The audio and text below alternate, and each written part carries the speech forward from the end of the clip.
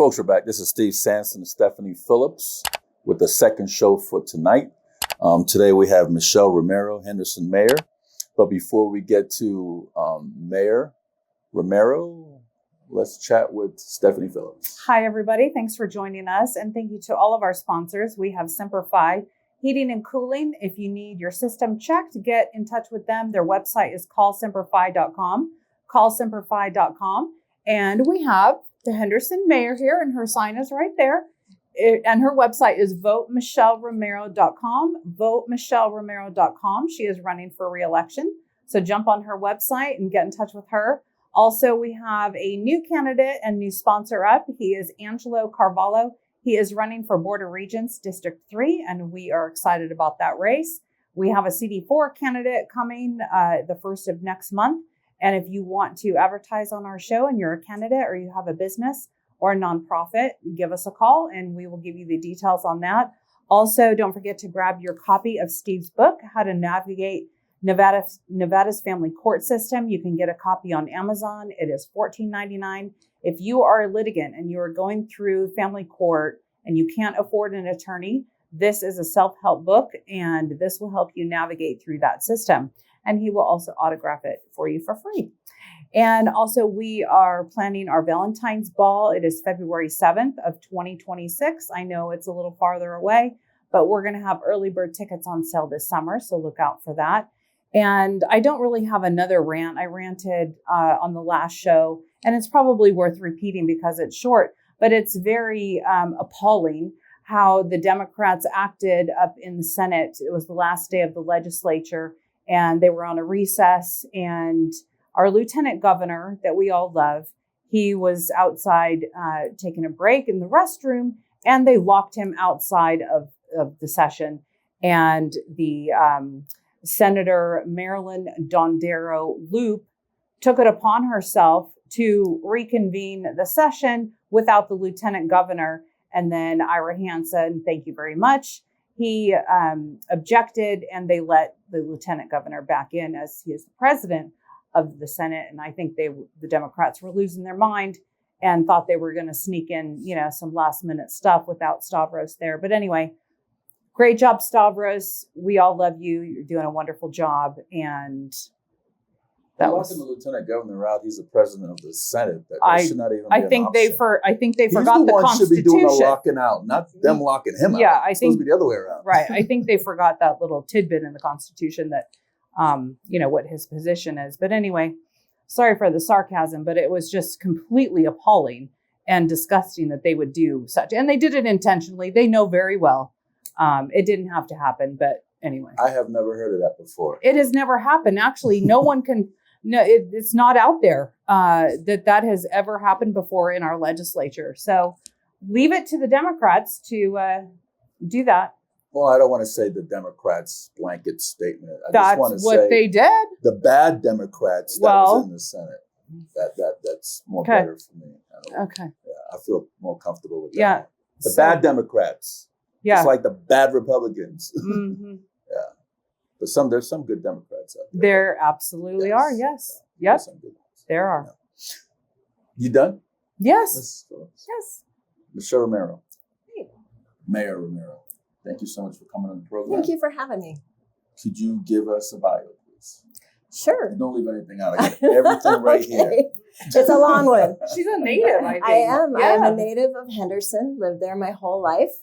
The only time I was gone was when my husband was serving in the military for 6 years. French. He was in the Army. He was an MP.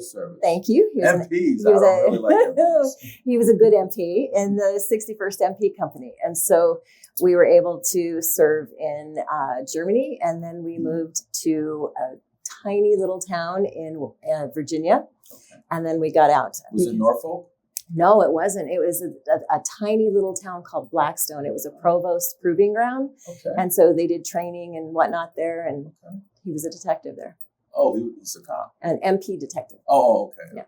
Okay. He's not a police officer. No, he's not. Okay. So after I got out early. I left early a little bit because they were hiring at the city of Henderson, and I went and tested. And you left him in Virginia. He was almost finished. Alone, by himself. I did. How dare you do that? Well, they were going to send him to Korea for 18 months, and we had a 2-year-old and a newborn, and so we needed we decided that wasn't what was best for our family, Right. and so we knew he was getting out. Okay. So I came back to get us some roots and get settled again, and came back to Henderson. Got hired with the city, served there for 25 years. Many. Sorry, Mayor. What were you doing in the city when you got hired? Many things at first, but the last 16 years I was there, I was in the redevelopment agency. Okay. So the goal there was to bring reinvestment to the older parts of our city and help make them equal with the newer parts of our city. And so we were able to work with many people in need, developers, business owners, and just bring those older parts of Henderson to the level they are today. Water Street was one of my projects. And let me tell you something. Water Street has changed. I know. From when It looks first- awesome. I know. I No. feel like it's my baby and it's growing up, and it's. It looks real good. I just Thank want to you. put that out there. Thank you. Yes.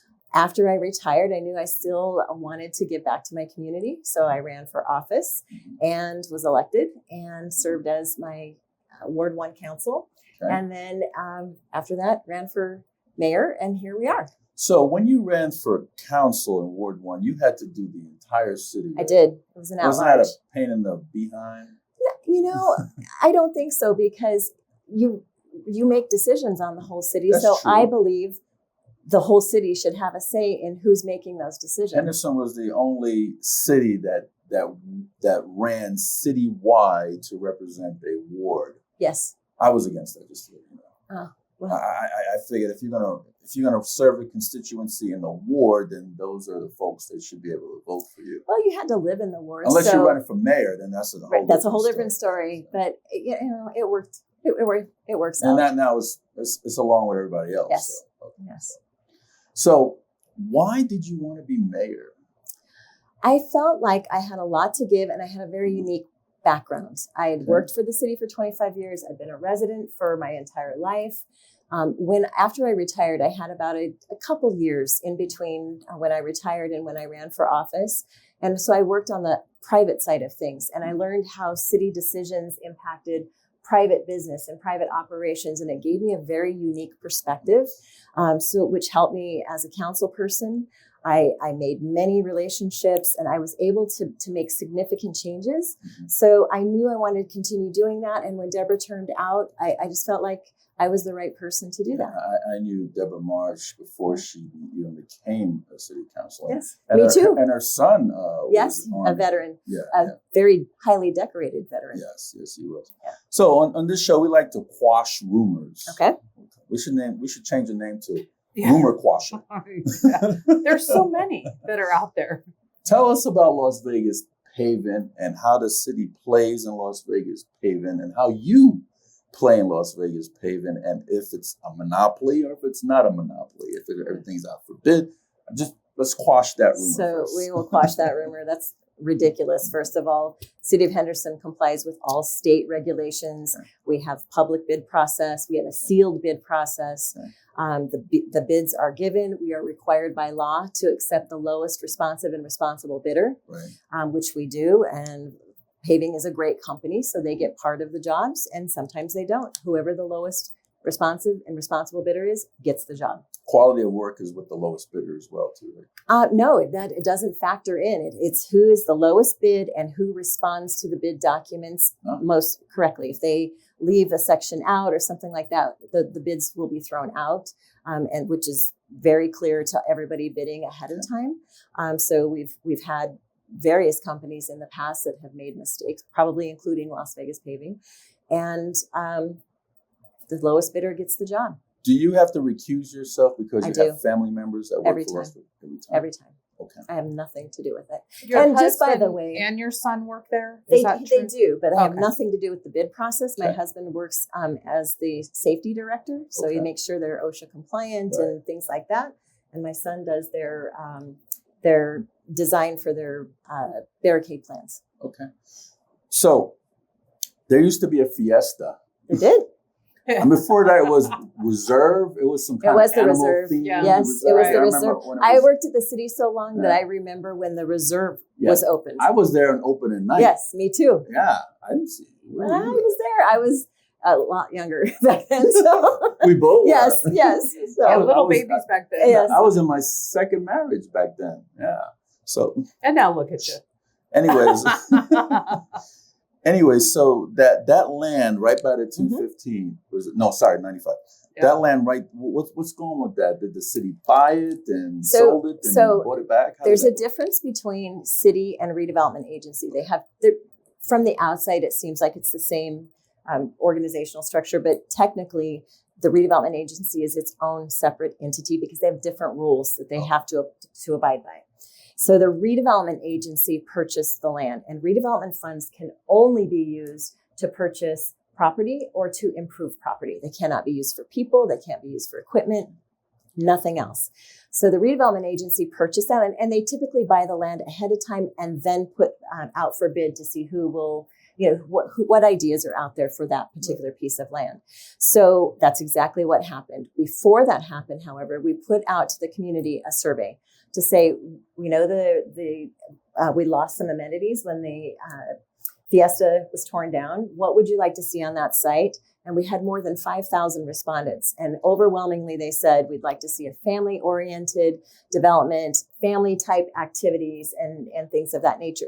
So the city created a request for proposal, put it out to whoever wanted to respond to it.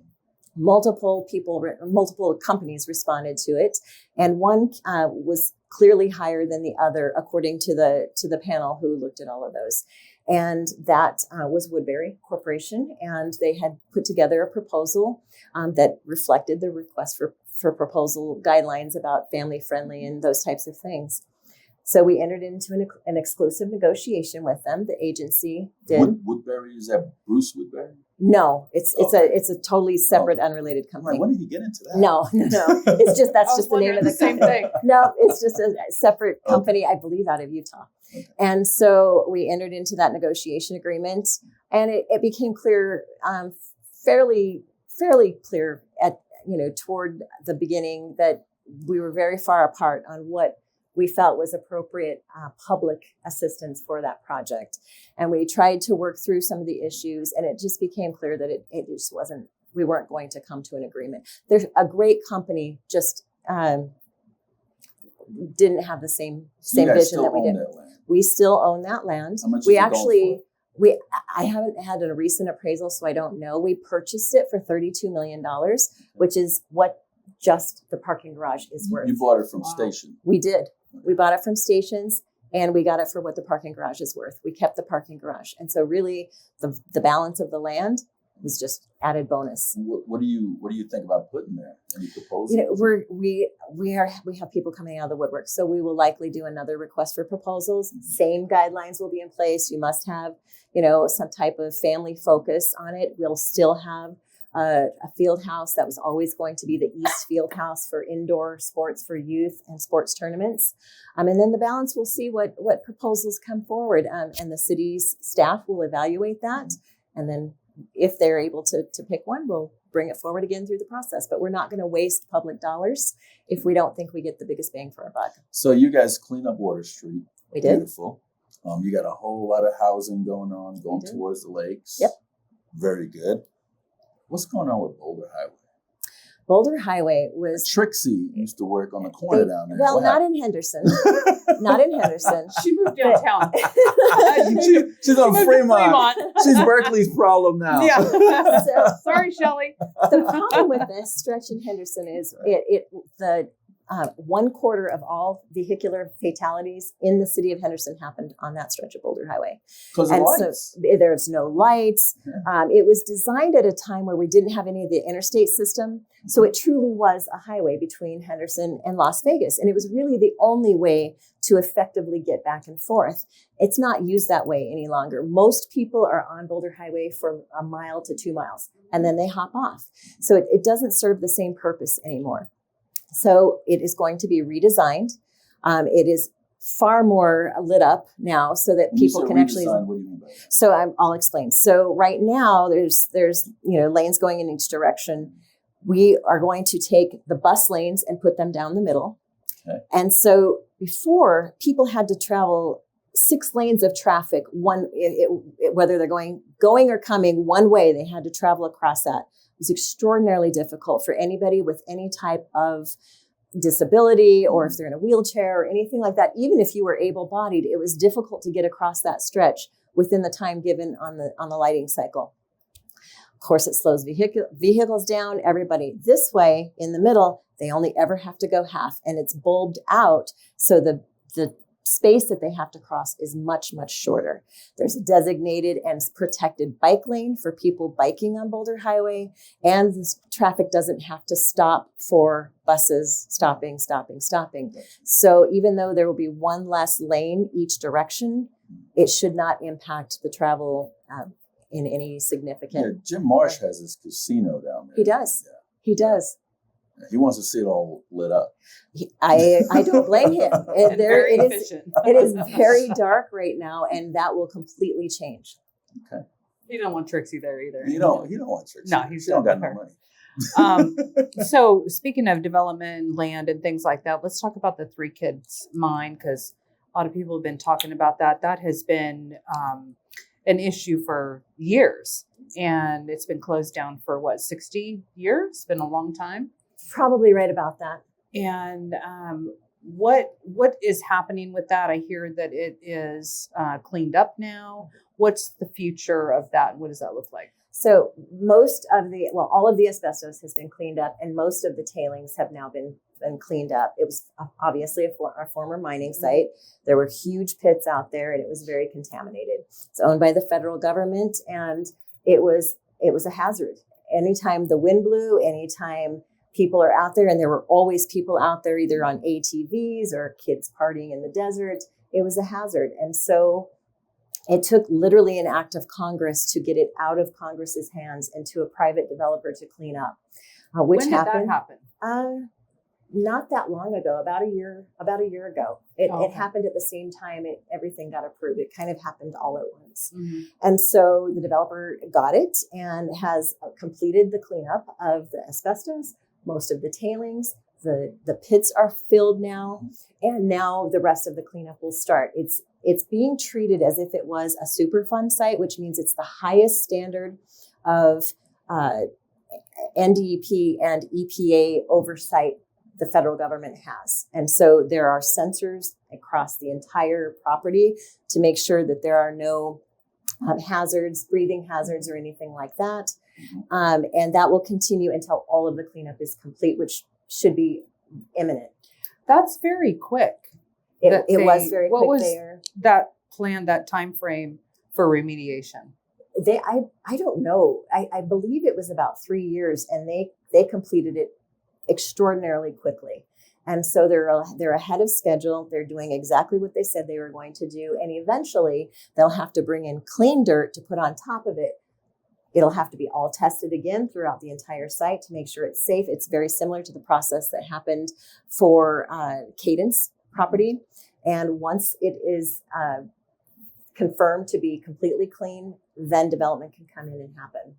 And where is that money coming from for the? So that's a redevelopment project as well. So with redevelopment, what happens is, I'll try to not get too technical because it's more complicated than this, but essentially when a property becomes a redevelopment area, an area it has to go through a very long legal process with many public hearings and things like that.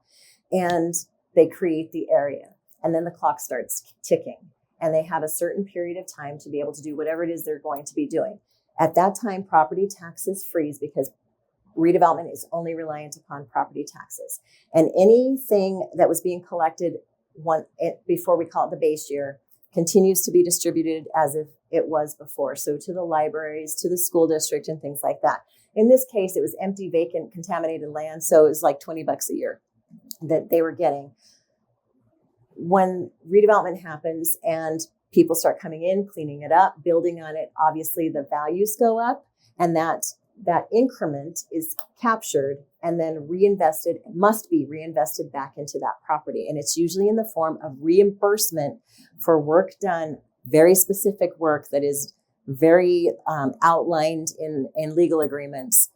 They get reimbursed for that work over time. until the life of the area runs out.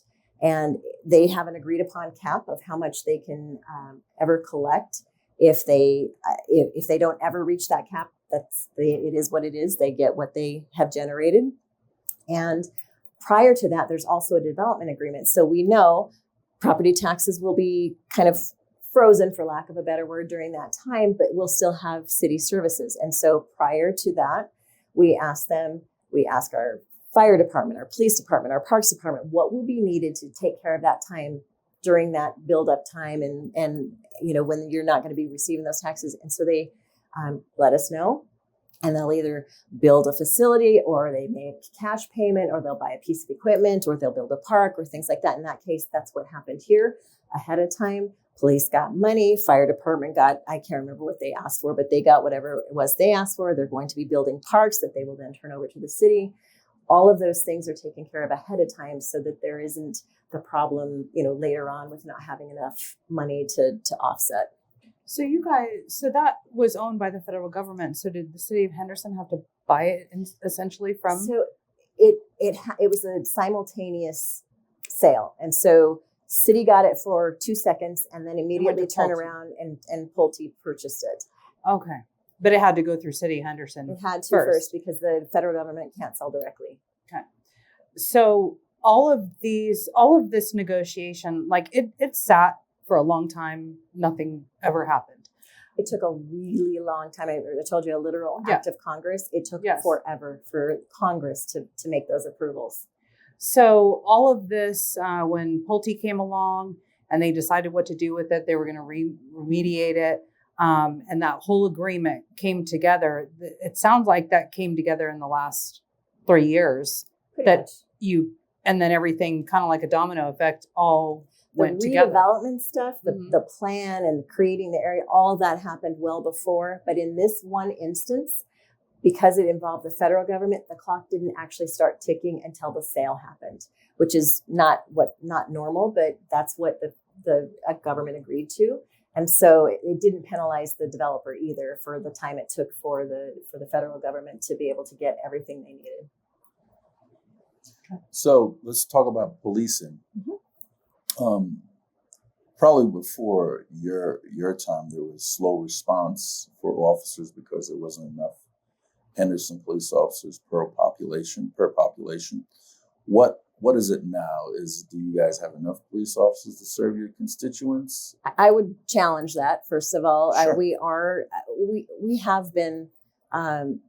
always have vacancies because there's always people retiring and the city's growing. So we try to keep up with that to the greatest extent possible. But for year after year after year after year, we have been designated as one of the safest cities in America. And it's because of the amazing men and women. Still the safest city in It is America? one of the top 5 safest cities of our size in America. And we get recognized that over and over and over. It's because of the quality of the officers that we have. And so when I got into office, I recognized that we needed to get more. It's becoming harder and harder to recruit officers. Why is that? Because look at who would want to be an officer right now when you look around the country and how they're treated and some of the things they have to face. I can't imagine wanting to do that. Fortunately for us, there still are people who have that desire and the ability to do it. And so I recognized that we needed to change the way we were recruiting. We weren't really traveling outside the state to find officers. We didn't have a cadet program. We had a really great explorer program that trained kids that were in high school age, but they can't become an officer until they're 21. They can't apply. You were in Metro's cadet program? We have our own. We were at one time, but we have our own now. And so we would lose them between 18 and 21. And so we created a cadet program where we now have them there. They continue working. They actually go from being kind of just an explorer trainee to actually working for the city in kind of a part-time capacity so that they continue to learn, continue to be exposed to law enforcement so that when they're ready to actually apply, they have all the background and training they need to be successful, and that we have a very high success rate of recruiting those applicants that have been through that process. So we also changed the entry salary for our lowest level police officers so that we made them, competitive with everybody else. So all of that working together, the last few academies that we've had have been the highest number of graduates that we've had ever. So do you have enough police officers per population to serve? We need more for certain. We absolutely need more. And that's one of the highest priorities that we have talked about with the incoming chief of police. And he has committed to continue those efforts. It also dependent on revenues that come in, that from recent announcements at the state level, things are a little crazy, and we get some of our funding for police officers from the more tax, which is directly from sales tax, which is the tax that is either flat or declining. And so we're having to be creative in how we fund those, but police, public safety in general, so police and fire. I don't leave fire out because they're amazing also. Every year get more personnel added than any others in any other department in the city. So just in the last 5 years, we've added more than 50 police officers and about 30 some admin to go with it. They can't do it by themselves. And we've added, I believe it's close to 80 firefighters during that time as well. Okay. How long have you been living in Henderson? My entire life. We won't say how long. How old I am. About 23? Yeah, we'll go with that. Do you remember Mike Mayberry, the former chief? I was a city employee when he was there. He was a good chief. He was. Yeah, and I got to be friends with him. He was a good man. Yeah. But okay, let's go from Mike Mayberry on. Chiefs don't last that long since Mike Mayberry. It's hard to be a chief. We ask a lot of the chiefs. And, sometimes it doesn't translate from being a great officer to being a great leader. It just sometimes doesn't transfer. Is it the pay? I don't think it's the pay. I think it's a lot of pressure and a lot that's asked. And so you have to be a leader of the people. You have to be able to negotiate with the unions and be able to understand the contracts and things like that. You need to be able to be out there with the community and be able to communicate with them in a manner that, creates trust in the police department. You have to be able to understand budgeting and make sure that you're prioritizing correctly. You have to make sure that you are working regionally to make sure you have strong relationships with sister cities, because criminals don't know what boundaries are. So you want to make sure that we are rock solid with our surrounding neighborhoods. What's your relationship with Boulder City? Great. We're great. I have known their mayor almost my whole life. So I've known him a minute. He is another great guy. Mm-hmm. And so we have very strong relationships, and those need to continue. So not everybody has all those skills. And unfortunately, it's do or die when you get into that position, and it's difficult. What about North Las Vegas? What's your relationship with them? We have great relationships with them also. In fact, we have a mayor's lunch scheduled in the near future where we're all going to get together and talk about, what the issues are that impact all of our communities. We've done that in the past.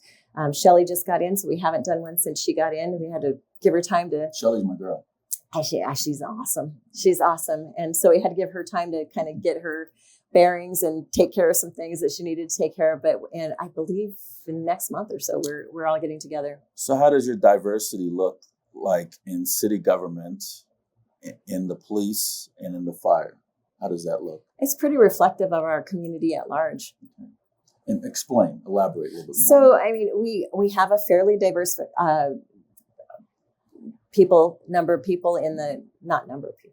we have a diverse background of people in our community we have about 30% of them are Hispanic. We have lower numbers of different ethnicities, and that's reflective in City Hall about by the same numbers. Okay.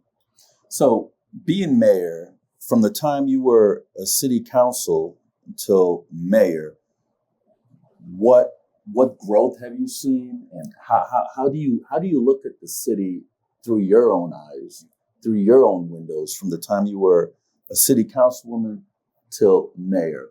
Because I'm sure things must have changed. I'll go back even a little bit further, because when I was an employee for the early 90s into the early 2000s, Henderson had double-digit growth.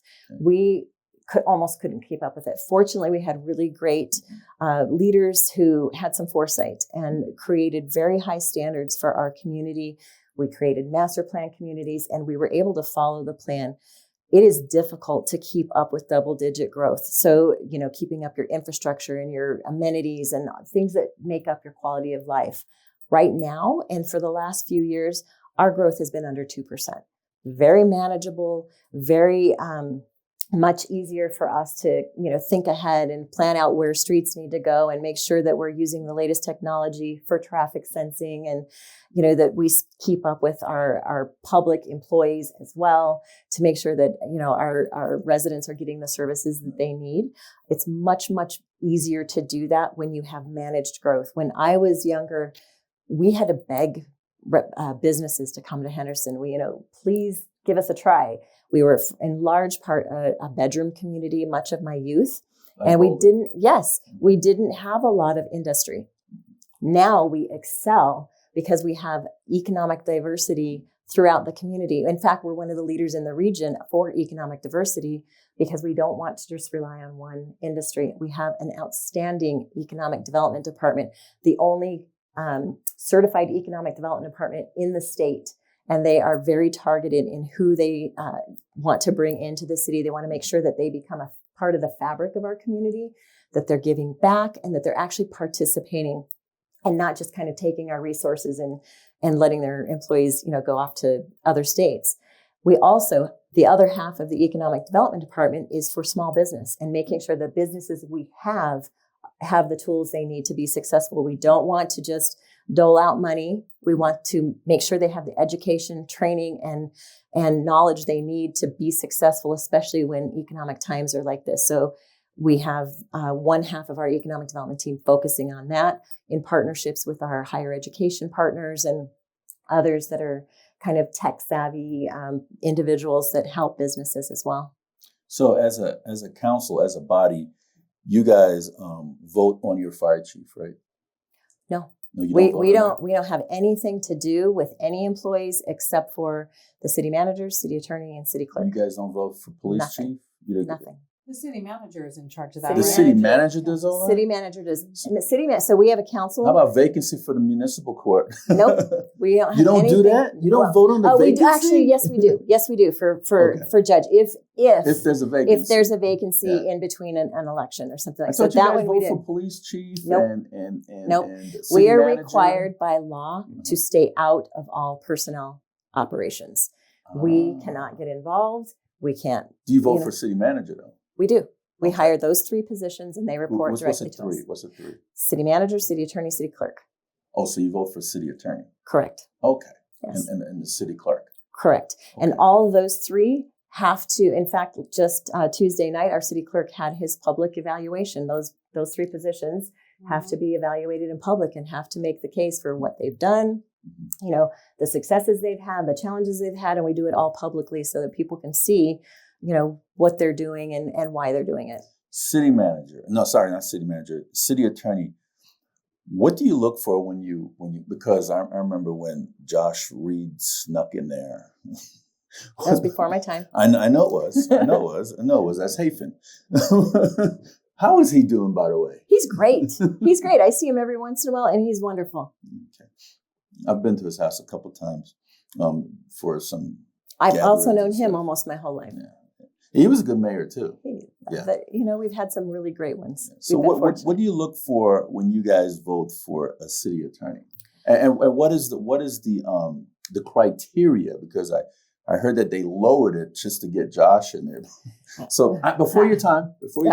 So what is the criteria do you look for city attorney? So we want to make sure that it's somebody with the knowledge, skills, and ability to represent the city and protect the city's interests. That's the main job that a city attorney has, is to make sure that the city's protected so that they can advise if, we're maybe heading down the wrong path or something like that. They can, bring us back in, but their role is to advise and to make sure that we are aware.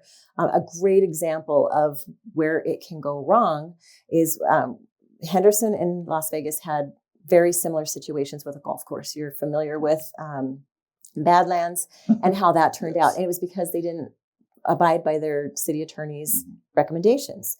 We had the same situation. We listened to our city attorney. We worked with the developer. We worked with the community. We hammered out What an situation agreement. did you guys have? No. This was Black Mountain Golf Course. Oh, okay. Same exact situation. And so those golf courses are trouble. it was difficult. And so we hammered out an agreement that, everybody got something that they wanted, and it's working beautifully. And we didn't have any lawsuits. We, the community's built, it's operating like it's supposed to be. And we listened to our city attorney. He gave us great advice. And that's how, we need to have somebody that is not afraid to say, Mayor, that's the wrong thing to do. This is your parameters. You should say, send me a text. Don't do it in public. So how is the relationship going with your city council? It's wonderful. Okay. Does everything's going good? You guys, let me ask you a different question. Before you guys go before the public, do you guys discuss the agenda items ahead of time? So the way it works is we have briefings. We can't have a quorum in those briefings. So sometimes there's two of us at a time. So we hear the same information. A developer can come in, or the opponent of a project can come in, and they brief us on their opinions. Okay. We do not discuss that between one another prior to. That's illegal. It's called collusion, and we don't do that. And then it comes to a council. But before it comes to council, we also have an agenda review. And so that's when we get, again, no quorum, two of us at a time, have to go in. All the directors are in the room, and we go through the agenda item by item by item. And if we have any questions about something that's on the agenda, or if we, just the last agenda we had, one of the members of council had an issue with one of the agenda items. We didn't think it was a reimbursement that we were going to get from another city for something that we found didn't cover the cost that it was costing us. We pulled the agenda item and said, we need to flesh this out a little bit more. So that happens in those meetings. And then we have the meeting and we vote how we vote. Let's talk about the Raiders. Okay. Because you guys are housing the Raiders in Henderson, right? Yes. So we were told that you guys gave the Raiders, gifted them the land. Nope. Well, let me tell you what. Okay. Let me tell you what I heard. All right. And then you'll slap me. All right. Then you guys gifted them the land, and then they turned around and resold it and made millions. You can't imagine the number of times. Have you heard that? I wasn't there when this happened. I know, but did you? But hear that? I have heard that. Okay. So here's what really happened. The land was valued at $6 million. They sold it for half that. So they did give a discount. It was a direct sale because of the number of jobs that it would create. Right. The Raiders invested $200 million to build that facility. NFL does not allow the team itself to operate and own the building. And so they sold it to their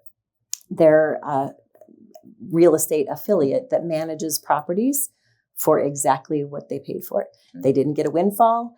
It was a straight across the board. That investment of $3 million by the city then created all of the development happening around that. We got our money back within 2 years, tenfold. Okay. So to me, I would have made the same decision. I had that in my head for years. I was just trying to get rid of it. Now I could go sleep good at night. Good. I get rid of that. So when you were talking about the police and the city manager, you skipped over the fact that your opponent now, you've drawn an opponent, and that is the former chief of police, Holly Chadwick. Yep. Was she fired or did she resign? I can't remember. She was given the choice, and as far as I know, didn't make the choice, so she was terminated. So is this run for mayor? Is this just, I'm going to get back at the city? What is your opinion? You would have to ask her what her reasoning is. I don't really focus on an opponent. I focus on the job that I've done and what I want to continue to do. And I don't really pay attention to who my opponent is or what their reasoning is. Did the city manager, what were their reasons that they wanted to fire her? So we don't also talk about, again, city council and mayor cannot have any part of operations, and that includes hiring and firing. So that was a decision made by the city manager. So they don't Generally present speaking, that to nope. anybody? All of our directors are at-will employees. And so they can be fired for any reason or no reason. That being said, generally speaking, people are given every opportunity they're made aware of, whatever the issue is. They're given the opportunity to fix it. If needed, they have a trainer or a mentor or a coach come in and try to help them. If that doesn't work, then a difficult decision has to be made. Generally speaking, that is what happens every single time. So you, again, would have to, two people know what happened, the city manager and the former chief, and you'd have to ask them what their opinion is. Is there a lawsuit against the city? Not that I'm aware of. No. Can we get the city manager on the show? You would have to ask her. Is there some type of rule that you can't? I don't know. I don't know. It is a she. I don't know if there is or not. Is there very information well could officer that they have to talk to? Who's that? Probably. We have a PIO Okay. that would know what the situation is. So you have anything else for the Yeah. mayor? Okay, keep going. I girl. do. You've been just chatting along. Oh no, I'm good. I'm good. You could have just popped in anytime, Poppins. Let's go back to the room. I don't want to interrupt. Back to the rumors. I want to set the record straight. Everybody, everyone's talking about this. There were rumors spread by allegedly Councilwoman Cox. We had her here on the show a couple weeks ago. She said her side of the story, and we want to give you the opportunity to say your side. And what our understanding is that the way she positioned it is that you came up with these as some kind of political stunt or something. And I wanted to get your take on that. And I wanted to, and also there's statements out there, many statements of time, date, when she told these people and all of this. So I just want to give you the opportunity to say your side of that. So to be clear, my husband and I have been married this Friday 39 years, been together 42 years. Congratulations. Thank you. And we have a rock solid marriage and an amazing family. And so I'd heard since she came on that she was saying things about me, and I don't really pay attention. I don't like drama. I don't like gossip. So I didn't really pay attention to it until I heard it was affecting my family. And so my husband heard it, my kids heard it, and my grandkids heard it. And so at that point, I had it both. People had reached out to me, numerous people had reached out to me in writing and verbally and let me know of the things that she was saying. And it wasn't just limited to that. It was a variety of different things. The thing that mattered to me most was the effect it had on my family, and I had to take action. So I hired an attorney, filed a cease and desist. I heard on your show that they requested proof. That's not true. I double checked with my attorney to make sure that he had not ever received a request for any kind of proof, because obviously we had it. Yeah. He said, absolutely not. We didn't get anything. From Pisanelli Bice, and I'm going to blank, Jordan Smith. And so, but her attorney, as my understanding was, and I think we talked about that on her show, or with her on the show, was her attorney kind of bugged out the next day and backed away from. That's my understanding. Representing her, doesn't represent her anymore on the matter. That's my. But according to her, she says the issue is dead. If she stops spreading it, then we'll see. If she doesn't, then I might have to take another look at it. But again, I just want to focus on the work of the city. All this other stuff is just noise. So you haven't heard any nobody has come to you and said that you keep hearing the same. I've heard it from more people, but from older, from past. Prior to the cease and desist. Prior to the cease and desist, Okay. But I've heard it from numerous people. So there's been 2 cease and desists. And I realize another one is from another council member that was issued to her. And it just seems like there's a lot of contention on the council, and just wondered how you guys navigate around the that. vast majority of us focus on the work of the city. And again, this is gossipy garbage. And we don't play into that. We focus on the work that needs to be done at the city. We don't let that other stuff get to us. We work very well together. There's a high regard for one another. And, sometimes we disagree, which is fine. And we make sure that things are still good between us, even if we don't vote the same. I've voted. Sometimes I've been I the lone disagree with vote. her, too. Exactly, and you still like each other. So, I have to take a break sometimes. so I've been the lone no vote before. Others have been the lone no vote before. And we don't really care one way or the other how you vote, as long as you voted your conscience and making sure that you felt the you're betterment of the city. right. Yeah. Right. Yeah, I get it. Yeah. Was that it, Miss Phillips? Okay. You done with the mayor? I think so.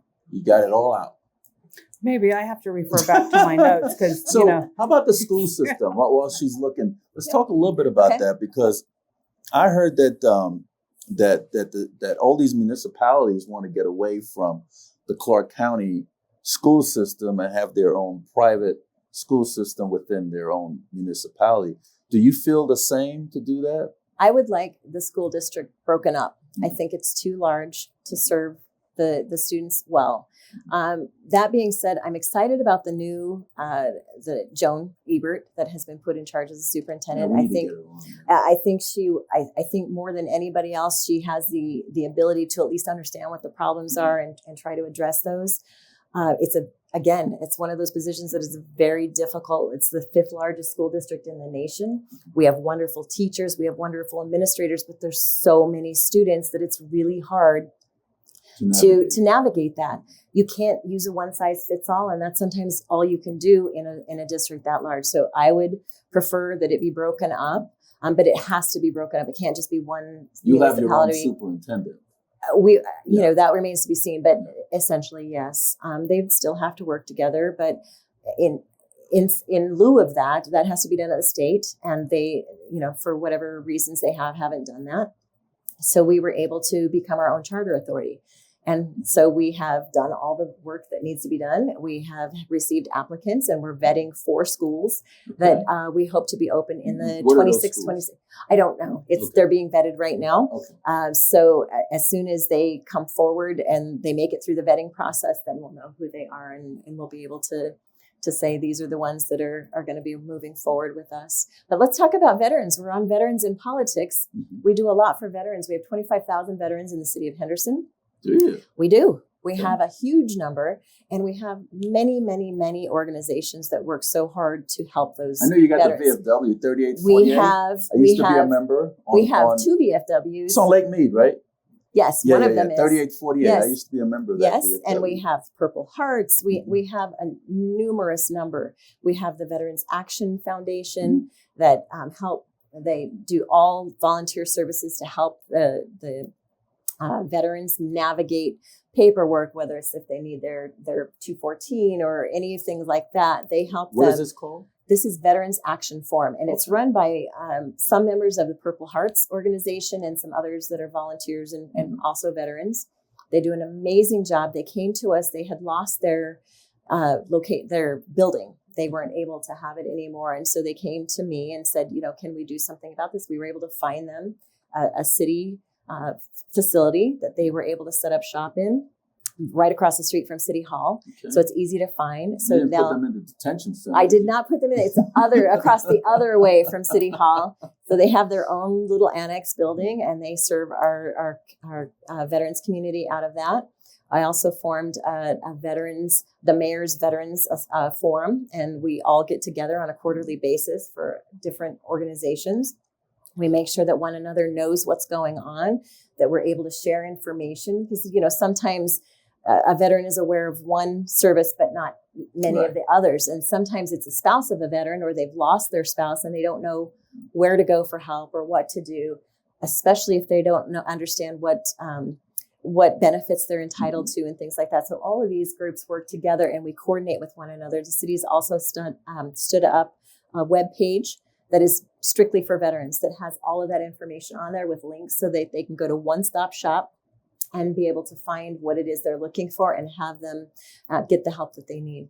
Have you taken a visit to the detention center? Yes, several times. And what is your take on detentions? Because I heard there was some issues going on in there before. It's a detention center, so the issues was with the with the correctional officers that was there? I think that has mostly been worked out. Okay. It was some issues with whether or not something was considered overtime, if that's what you're talking about. I believe it's been worked out through arbitration, and they've got an answer to that. I don't know what it is, but we have a really good correction system. We have good people in place. They have a really difficult job themselves. They do a really great job of it. We're actually getting ready to kind of refurbish the jail. It's quite old, and the jail and the courts are right there next to each other. So if you walk into the building, you see it's a little dated and a little worn out. So we're doing a little facelift on that and being able to help them a little bit as well with some of the rearranging to make it more efficient. Mayor Romero, do you know few things, the budget of the city of Henderson, the population of the city of Henderson, and the square miles of the city of Henderson? Probably pretty close, yes. So the budget, our operating budget, the total budget is much bigger, but the operating budget, I believe, is about $238 million. That's it? That's it for the operating. Well, we have many other funds we have a utility fund, we have a traffic fund, we have all these others. What's the total budget? The grand total? I don't know off the top of my head. It's just I would say probably around 800 million, but I'd have to look. So close to $1 billion.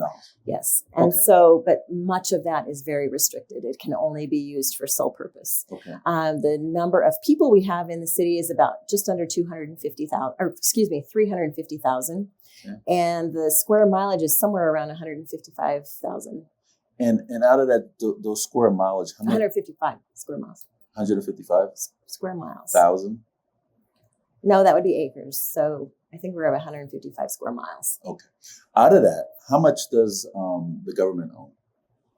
So right now there are pockets. So it's a little crazy. There are pockets of county-owned land, but there are also pockets of BLM managed land. And right now we have about roughly 738 acres that are part of the lands bill that has been trying to go through Congress within our boundaries that are managed by the BLM that we are trying to get freed up for development. In our case, it's not controversial. It's not conservation land. It's already in our boundaries. So I got no turtles. There's no turtles. There's no nothing. And so it's really ready to go. Ours is the easiest part of that bill because there's nothing really restricting it. Have you tried to get it? It has to go through the lands bill, just like all the rest of the land. Okay. So we have worked very closely with our federal delegation to give them whatever information they need to support that. Medical facilities, hospitals. How many of those do you have in Henderson? We have Sienna Hospital, West Henderson Hospital, Henderson Hospital, and St. Rose. So Sienna is a St. Rose also. St. Rose Dominican on Water Street and Boulder Highway roughly is kind of a micro hospital. They've reduced the services down. So it's reduced services, but it's still considered a hospital. And then we have multiple freestanding ERs. Do you have like some type of panel or committee that all the heads of the hospitals and trying to find out what's going on? Not an official one, but we're in regular contact with them to talk to them about what's needed and where they see their growth. Yes. And then we have a member that serves on, in fact, Dr. Larson serves on the Board of Health. So we have a say in, because some of the things. In front of her That's name? right. Now, who better? Okay. Speaking of boards, what boards do you sit on? I sit on Las Vegas Convention and Visitors Authority, the Las Vegas Global Economic Alliance, Workforce Connections as a LEO. I also sit on the city's audit committee, and I think that's it. So let's talk about the Las Vegas Visitors Authority Board that you sit on. You sit on that with Mayor Berkeley. I've been to Mayor Gwen Brown. All the mayors should be there. I've been to a few of those. In fact, I spoke at a few of those. What do you do as mayor to bring tourism to you? So we have a tourism person on staff that works directly with their staff. What do you have that people want to come see? We have our casinos. We have convention space in our hotel casinos that, people that usually smaller conventions, and we work through them. What casinos do you have there? We have the M. We have all the station casinos. We have all the casinos or hotels. The M needs help. Help the M out. They're building their whole second tower. Great, I love The M is that. all the way down there. I like the M. It's nice. It's new. You seen the pool? It's got a nice pool. It's very nice But facility. it's empty. They're building their second tower, so they can't Are be that they? empty. Their second tower is well under construction, Oh, so wow. they are doing okay. Okay. Yes. So you got So the we M. have all of those Uh-huh. our hotel casino partners that work with our tourism person Mhm. in conjunction with LVCVA. And we talked about the field house earlier. We have a West Henderson field house that is under construction, and then we'll have an east one that will be for sports tourism as well. So we'll have youth tournaments that can go into those facilities, and that's something that's lacking across the valley. So that's something that we're working on as well. And then we just have sports. We have all the things happening at Lee's Family Forum and that area. So those are the big ones that So we have. do you have a tourism committee there? We just have in the city? we have one person that's part of our economic development team. So they kind of all work together for that. And Lake Mead falls into your jurisdiction, doesn't it? Actual Lake Mead? The actual Lake No, Mead. that's federal. That's federal. Mhm. Okay. And what about the lakes? where Lake they got Las those- Vegas is in Yes. Henderson. Okay. So we have Lake Las Vegas Mhm. out to Railroad Pass, Mhm. out to the M. Okay. Since you've been on the council and been mayor, have you had a vacancy in Muni Court? We have. So We had one. what is your process when that We happens? had an application process where anybody who was interested had to submit an application with a resume. We went through all of them to see what their background was, what their history was. We gathered references for all of those people and vetted those. And then they had to come to a council meeting and kind of talk through, questions that we had for them. And then we made a decision after that. And in a public meeting. Was it Burr that went from JP to Muni or George? One of them went from One JP of them to did, Muni. yes. I'm like, Yeah, what Is did it you released to the backpedal? public? Do you post the Yes. candidates on your Yes. website? The whole Every- process was public. Can the public come and speak and Yep. give comment Yes, or opposition? yes, yes. The whole thing was in a public meeting. The whole process was public. So you kind of mirror the Judicial Selection Yes. Commission then? Yes. What else you got? That was it. I was just Because I could curious talk about that. to Mayor Romero all night long. But I won't do that to her. She's got to go home to the kiddies. So Well, my kitties are grown, but you got grandkiddies. that's right. Yes. So you got any fur babies? I have a dog that's 19 Oh boy. and a cat. And then half the time I have my kids' dogs over too. So How is the animal control there in Henderson? How it's good. It's moving under code enforcement to Okay. better align with some of the things that they do. They'll still get, if there's animal cruelty or a dangerous situation, they'll still be in partnership with the police department. But police need to be focused on people problems, and they had to prioritize those. And so Not the cat in the oftentimes, tree. exactly. So a lot of times Mhm. the animal situations got kind of pushed down the priority ladder, and moving them over will raise the level of priority for them. And I think put them in a better position. They don't lose any services. They don't lose anything. I think it better positions them to be able to have the resources they need to respond to issues in the public. So speaking of people, what about your homeless population? We have a really robust homeless outreach team that goes out at least 4 times a week, meets people where they are, offers them services, offers them to get into treatment facilities, emergency housing, whatever it is they need. They go out there over and over. You know that it sometimes takes numerous encounters to get them to listen and accept. At the same time, we also want to protect our business population. And so we have adopted ordinances that prohibit camping in our public rights of way. In our parks, we have very strict rules in our parks because we want to protect our children more than How anything many else. parks do you have? We have 84 parks. 84. We want a park within a 10-minute walk of every resident in the city Beautiful. of Henderson, and we're about 75% to that goal. And we're getting 4 more parks this year. Okay. What about Great. flood control? We have flood control throughout. In fact, part of the Boulder Highway project is putting in flood control all along Boulder Highway because especially at Sunset and Boulder Highway, every time we had a significant rain event, it flooded out that entire area. So that's going in. It's going up at Boulder and Lake Mead as well.